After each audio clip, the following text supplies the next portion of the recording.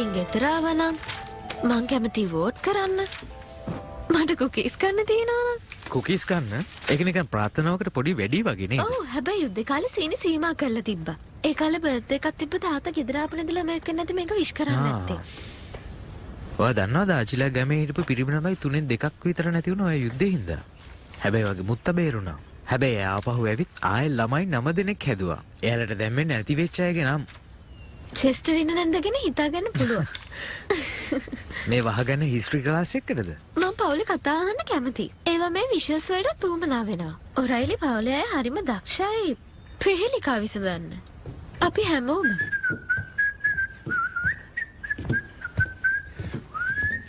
Good morning family. හොඳ දවසක්. වැඩ පටන් ගන්න ඕනේ. මං ඔයාලව පස්සේ හම්බෙන්නම්.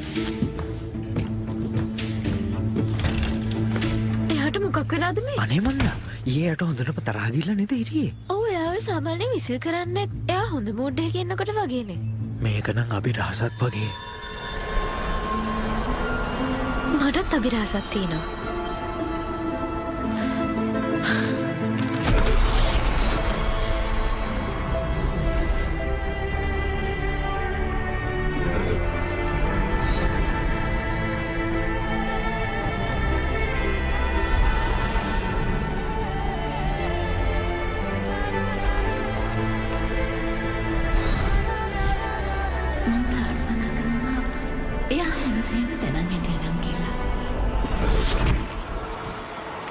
එහෙනම් පටන් ගමු.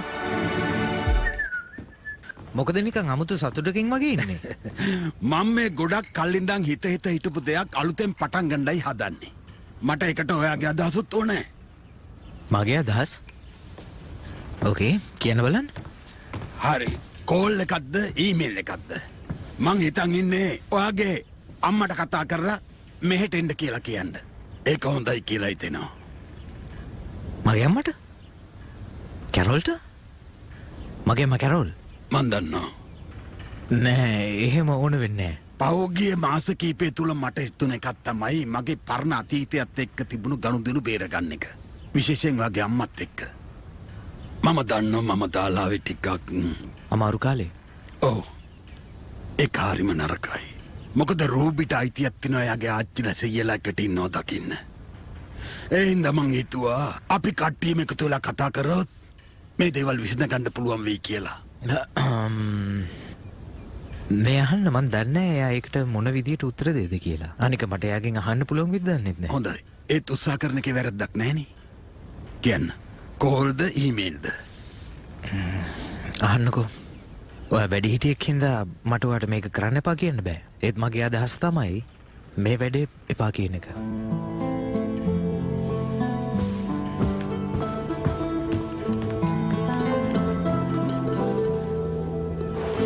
ලයිබ්‍රරි එකකින් ඒ තරම් දෙයක් හම්බුනේ නැති වුණාට එළි දේවල් වලට වඩා ඉතින් හොඳයිනේ. මේ මොකද මේ වෙලා තියෙන්නේ? ප්ලබින් ඉමර්ජන්සි. ඒක තමයි ස්ටෝ එකේ ග්ලව්ස් ඔක්කොම එකපාරට ඉවර වෙලා තියෙන්නේ. හොඳයි එහෙනම් අපිට වෙන තැනක් හොයාගන්න වෙයි මේ විශ්ව එක ඉෂ්ට කරන්න. එයි මෙහෙන්න. දොර ඇරලා තියෙන්නේ. නියමයි සර්. හොඳයි මේක ලයිබ්‍රරි එක නම් නෙමෙයි. හැබැයි එළි ඉන්නට විතර හොඳයි. මොකද්ද මේ ප්ලේස් එක? මේ පරණ කමියුනිටි හෝල් එක. වහලා ටික කාලයක් වෙනවා. අර හැම දෙයක්ම වහලා තිබ්බ කාලේ. ඒ කාලේ නම් මේක හරිම පාළුයි. හොඳයි අපි බලමු ක්ලෝස් ටික. අන්න ගේබ් එනවා. මං හිතන්නේ අප විතරක් නෙමෙයි මෙහෙට ඇවිල්ලා තියෙන්නේ. ඒක නම් ඇත්ත මේ ටවුන් එකේ වෙන පාළු තැන් නෑනේ. ඔව් එයාලත් වැඩකට එන්නේ නැත්තේ. අපිට මොකක් හරි වැඩක් පටන් ගන්න මෙතන නියම. ඔයා හරි. මෙතන වැඩක් කරන්න පුළුවන්. ගයිස් විශ්ක. හරි අපි ඉස්සෙල්ලම ලාංඡනය ගැන බලමු. ඒකේ තිබුණේ ඔයාට එතන දකින්න තිබ්බේ අම්මේ. තීන්ද ටිකක් ගාලා වයිෆයි එකක් සෙට් කරන්න හොඳ වැඩක් කරන්න තිබ්බා. ඇවිල්ලා බලන්න. මං ඔය කියන හෝල් එක දන්නවා. ඔය ඇත්තමද? ඉස්සරෝගේ පුදුමාකාර දේවල් කෙරුවා. දැනුත් එහෙම පුළුවන්. දැනටමත් කට්ටිය එක එක වැඩවලට එතනට එනවා. ඒකට එයාලට අවසර දුන්නා නම් මං හරි. හිතන්නේ එතන වහලා තියෙන්නේ එතන සේෆ්ටි එකක් නැති හින්දා. හැබැයි ඉතින් මං ඒ ගැන කතා කරලා බලන්නම්. ඇත්තට? ඇත්ත තමයි. ඒක නම් ගොඩක් හොඳ අයිඩියා එකක් සර්. මේ බලන්න. මගේ විෂන් එකේ තිබ්බ ලාංඡනයමයි. ඔයාට ෂුවර්ද? ඒකම තමයි ග්‍රෑන්ඩ්පා තමයි මේක හොයාගන්න දව් කළේ. මේ ටිකියා පරම්පරාවකින් හොයනවානේ. ප්‍රයිස් ෆැමිලි එක ලාංඡනයගේ සෑම්ගේ ෆැමිලි එකේ. මං හිතන්නේ යාගේ අම්මගේ පැත්තේ. සෑම් නම් ඒක දැනගන්න ඕනේ. එයාත් ඒක අනේ I'm sorry guys.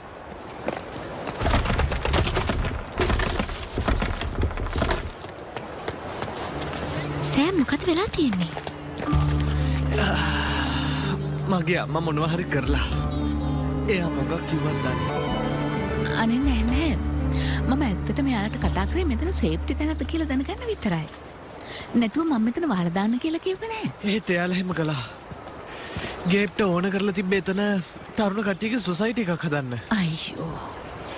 ඕකේ අපි එමනම් මෙතන හරි ගස්ස ගන්න බලමු. කොහොමද හරි ගස්සන්නේ? හරියටම ෂුවර් නෑ ඉතින්. හැබැයි මම අහලා තියෙනවා ඇපල් පීකන් පායි කනකොට මොලේ පෑදෙනවා කියලා. පොඩ්ඩක් කල්පනා කරන ගමන් ඒවා කෑවනම් හරියයි. ළමයි ඔයාලත් එනවද අපිත් එක්ක? කමන්නේ අපි පස්සේ වෙලාව ගෙන්න. ඇපල් පීකන් පයි? පවුලේ ලාංඡනයක් ඔයාට ඇහුනේ මිස් ප්‍රයිස්ගේ වොයිස් එකද? අනිවාර්යෙන්ම. එහෙනම් ඒකේ තේරුම අපේ විශ්ව අපි හොයාගත්තා. මගේ අම්මද විෂ? එයා මොනවද දන්නේ විෂ් කිරුවේ? එයාට හැමදේම තියෙනවනේ. මේක අම්ම ගැන විතරක්ම නෙමෙයි. මං ආසයි එයා සම්පූර්ණ කතාව දැනගන්නවා න ะ. මේක එයා කියලා එයා කියන්නේ මෙයාට වෙන්නේ නැති. මෙයාට නේ ගොඩක් ආදරේ. වෙන්නේ නැති. ඒ වුණාට එහෙම දෙයක් තිබුණනම් එයා මට කියනවා. මමත් හැමදේම කියනෝනේ. ඔයා එයාට හැමදේම කියනවාද? ගොඩක් දේවල්. පස්සේ අහුවෙනවට වඩා මුලින්ම කියලා තියෙන එක හොඳයිනේ. එතකොට එයා වගේ කිසිම විස්තරයක් හංගන්නේ නැත්ද? මම නම් එහෙම හිතන්නේ නැහැ. එයා කියන කෙනා ඕන කෙනෙක් වෙන්න පුළුවන්. මගේ අම්මා ගොඩක් අයව දන්නවනේ. සමහර විට ඒ කෙනෙක් වෙන්නේ නැති. ඔයාට පුදුම හිතෙන්නේ නැද්ද ඔයාගේ අම්මා විශ්ව කියලා දැනගත්තාම? ඔයා දක්වන කට්ටියගේ මූණ කොහොමද තිබ්බේ කියලා? එයාලා හිතාගෙන නැත්නම් මම මේක කළා කියලා. ඒක ඇත්ත තමයි. අපිට පුළුවන් මේක හරි ගස්සන්න. මට හරිම දුකයි මං ඉඳලා ඔයාලගේ අදහස් සම්පූර්ණයෙන්ම අවුල් වෙච්ච එක ගැන. හැබැයි මම මේක හරි ගස්සනවා කොහොම හරි. මම හෙන්රි ආට්ලිට කෝල් කළා. හෙන්රි හාර්ට්ලි? ඔව් ප්‍රාදේශීය කොමසාරිස්. අපි කමියුනිටි ස්කීප් එකේ එකට වැඩ කරලා තියෙනවා. එයා අලුත් අදහස් වලට හරිම මට කැමතියි. හිතෙන විදිහට එයාට විශේෂ කෙනෙක් වගේ. හෙන්රි කියලා නම තිබුණට ඇත්තටම එයා ගෑනු කෙනෙක් ළමයි. ඉතින් කවුද ඔයාට විශේෂ කෙනා? පිහිමින් කෙනෙක් තමයි. ගොඩක් විශේෂයි ඉන්නවා. හරි. කොහොම හරි හෙන්රි මට කිව්වා හෝල් එක ගැන අපේ අදහස් එයාට කියන්න කියලා. ඇත්තමද? මම උදව් කරන්නේ. අනිවාර්යෙන්ම. ඔයාගේ උනන්දුවයි මගේ ඇඳුනුම්කමයි එක්ක මේක අපිට අනිවාර්යෙන්ම කරගන්න පුළුවන්. ඔයාගේ කනෙක්ෂන්ස් ගැන කිව්ව නිසා අහන්නේ. කවුද ඔයාට එතනින් විශේෂ? මම ලිස්ට් එකක් දෙන්න. එහෙනම් දැන් අවුලක් නැනේ. අපි පොඩ්ඩක් බිසි. ඔව් අපි බිසි. කොහොමද මිස් ප්‍රයිස් ගොඩ දෙනෙක් අඳුරන්නේ? එයාලව කැටගරි කරපු එක නම් හොඳයි. ලොකු කණ්ඩායම් 5ක් විතර ගත්තාම ගොඩක් නේ.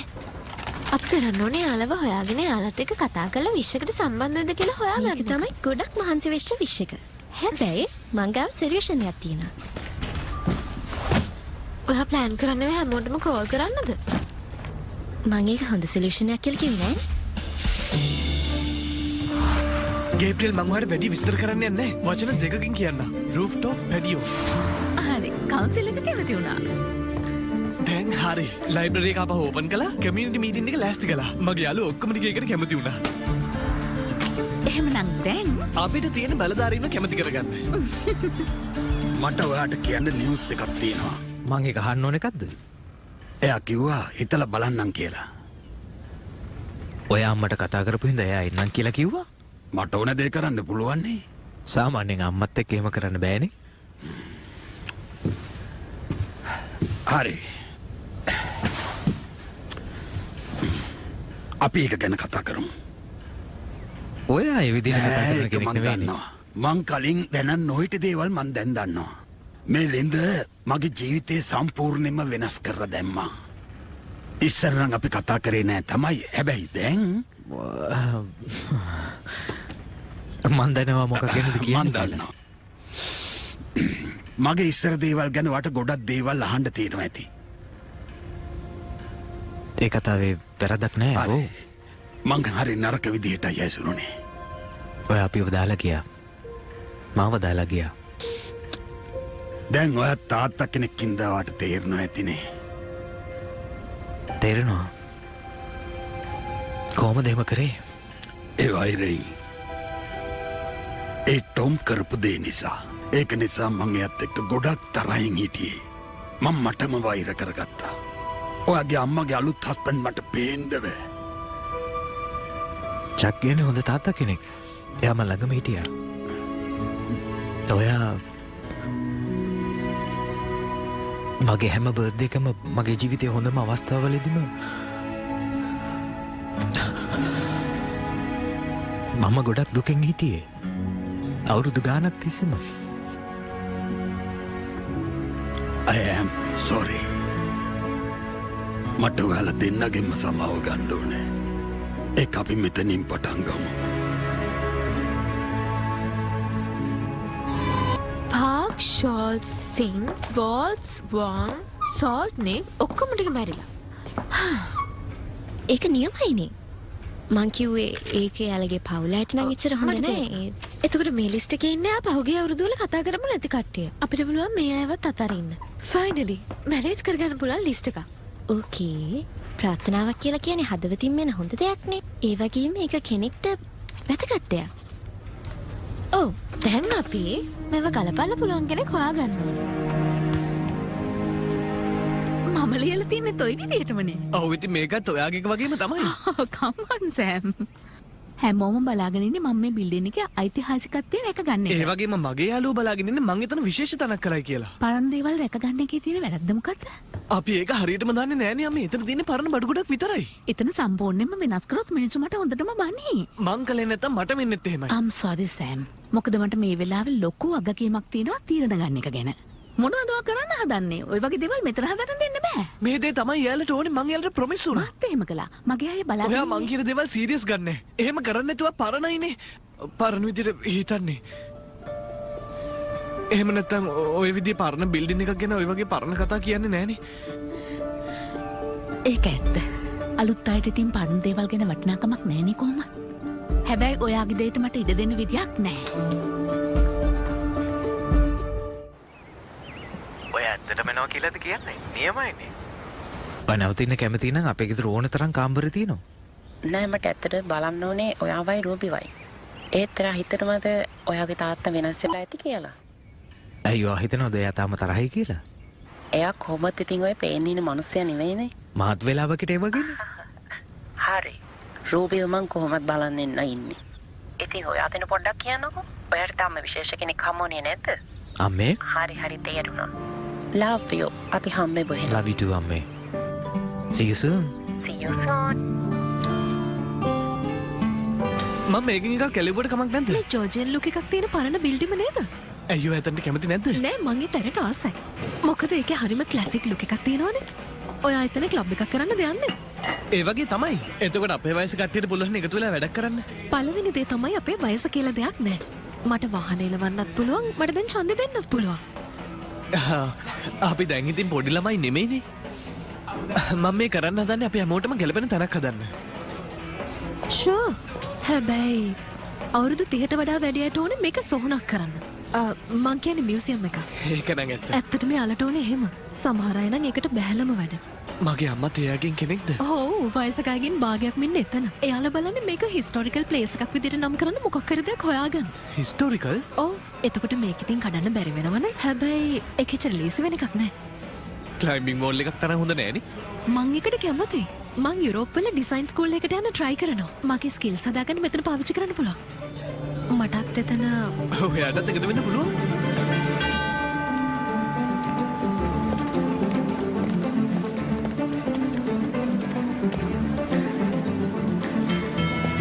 ඔයා මං තව කට්ටියකට එක්ක යනවා.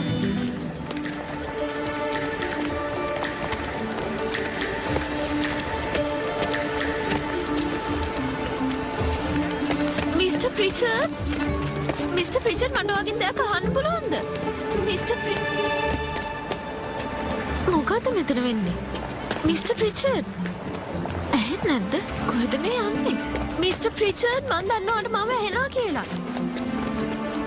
රූබි මං ඔයාව දැක්කේ නෑ. නෑ ඔයා දැක්කා. ඇයි ඔයා ඇහෙන්නේ වගේ යන්නේ? මොකද්ද ප්‍රශ්නේ? මොකද ඔයා ඔත්තුකාරයෙක් වෙන්න පුළුවන්.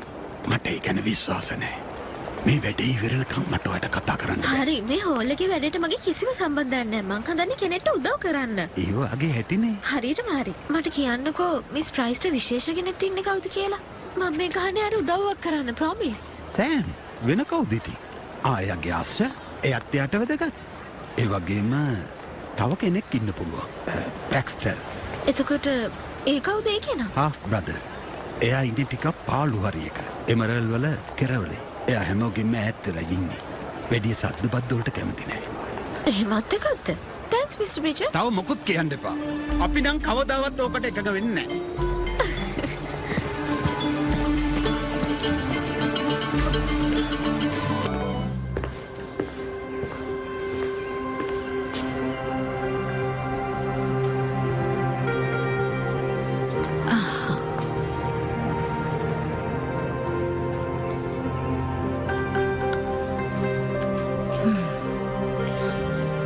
ඓතිහාසික වැදගත්යක් මෙතන කොහොම හරි තියෙන්නම ඕනේ.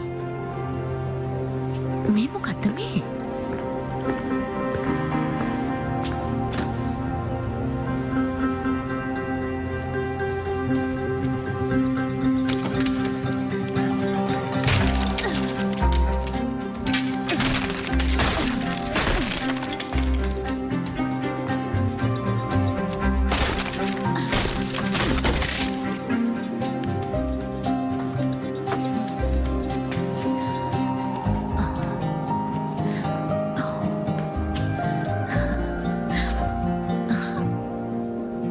මොන වගේ සීක්‍රට්ද මෙතන හංගලා තියෙන්නේ?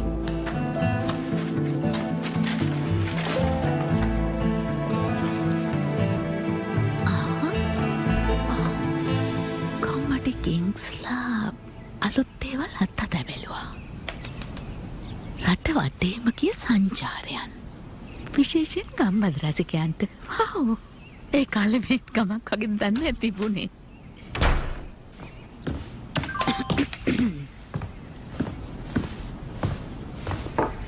මොකද නිකන් මූණමතු කරගෙන ඉන්නේ? මම මේ ප්‍රසන්ටේෂන් එකේ වැඩක් බල හිටියේ. ඇත්තද? ඔයාට මොන හරි බොන්න හදන්නද? එපා ඕනේ.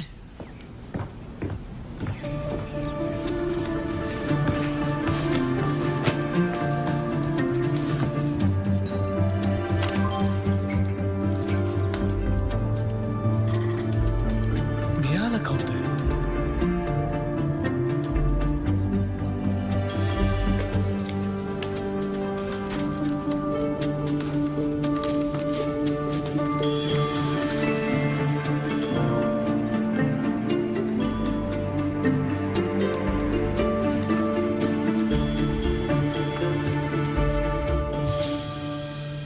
පනස් ගණන්වල එයාලා ලොකු ටීවී ස්ටාර්ස්ලා. එයාලා හූස් ඔන් ෆස්ට් කියන ටීවී ප්‍රෝග්‍රෑම් එකත් මෙහෙදි තමයි ප්‍රැක්ටිස් කරලා තියෙන්නේ. වාව් ඉතින් ඇයි අපි මේ ගැන දන්නේ නැත්තේ?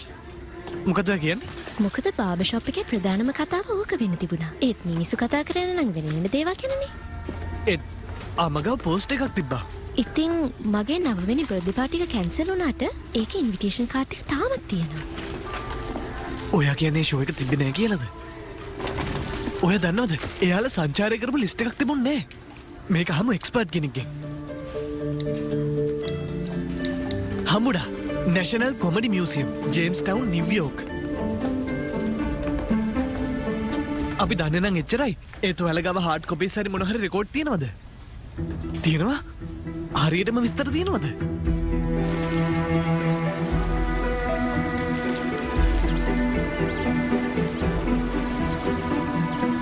රහස් කිව්වා?